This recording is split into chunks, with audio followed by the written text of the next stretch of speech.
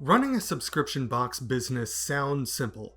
Pack great stuff into a box, send it off to your customers, and you just repeat the process every month. But behind the scenes, what you've actually got is one of the most operationally demanding business models in e-commerce. If you miss a shipment, if you make a packing mistake, or if you run into a delay, subscribers can cancel, which is bad news because a lot of the model's appeal is recurring revenue. And that's why fulfillment matters here a lot.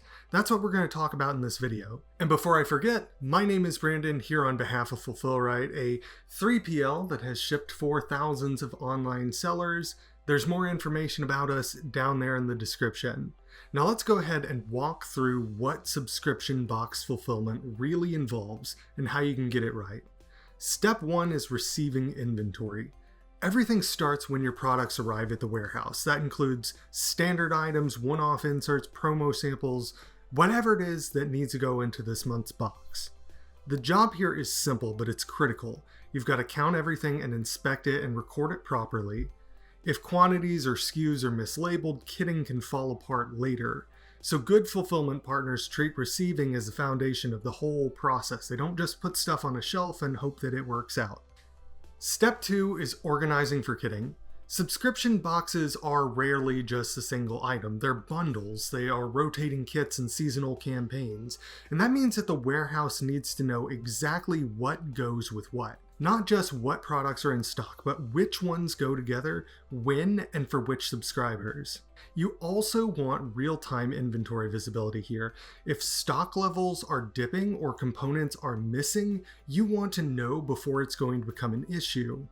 Step 3 is kitting and assembly. Now this is the heart of subscription box fulfillment, putting everything together. And I mean that in the most literal and physical sense possible. I'm talking about kitting different items into one single package. Whether you're doing 500 boxes or 5,000, each one needs to look the same. It's got to have the right products, the right order, and no missing items. First-time buyers might get a bonus, long-time subscribers might get a custom insert. And believe it or not every fulfillment center provides this service. So this is something that you are going to need to ask about in advance before you work with a partner. Step 4 is shipping on time. This is where churn lives or dies. Your subscribers are going to expect their box on schedule, so orders need to ship the same day or next day, with the right carrier, the right label, and the right packaging to make sure that package gets on their doorstep intact. And this isn't just an operational fact, it's also emotional. Customers associate delays with disorganization and disorganization with low quality, even if it's not your fault. And like I mentioned earlier, that can cause cancellations and lost revenue, which gets expensive quickly. So what do you look for in a fulfillment partner? Whether you're packing in-house or outsourcing to a 3PL, a few things matter more than most. Can they handle kitting accurately at scale and without slowing down? Do you have real-time visibility into inventory and shipments? Are you getting clear communication and consistent support when you work with them? And most of all, can they deliver the same quality every single month?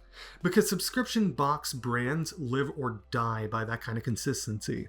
If you're building or scaling a subscription box business, fulfillment is not just a line item on your expenses. It's a fundamental and basic part of customer experience. If you get it right, your subscribers are going to stick around, and if you get it wrong, they're going to quietly leave and you won't know why.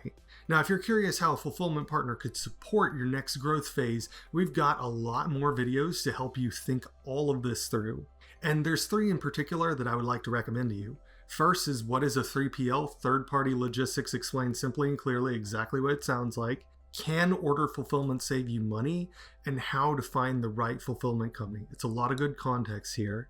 If you enjoyed this video, please take a moment to like and subscribe. Don't forget to slap some postage on that bell so that we can express ship new videos to you as soon as they drop. Thanks for watching.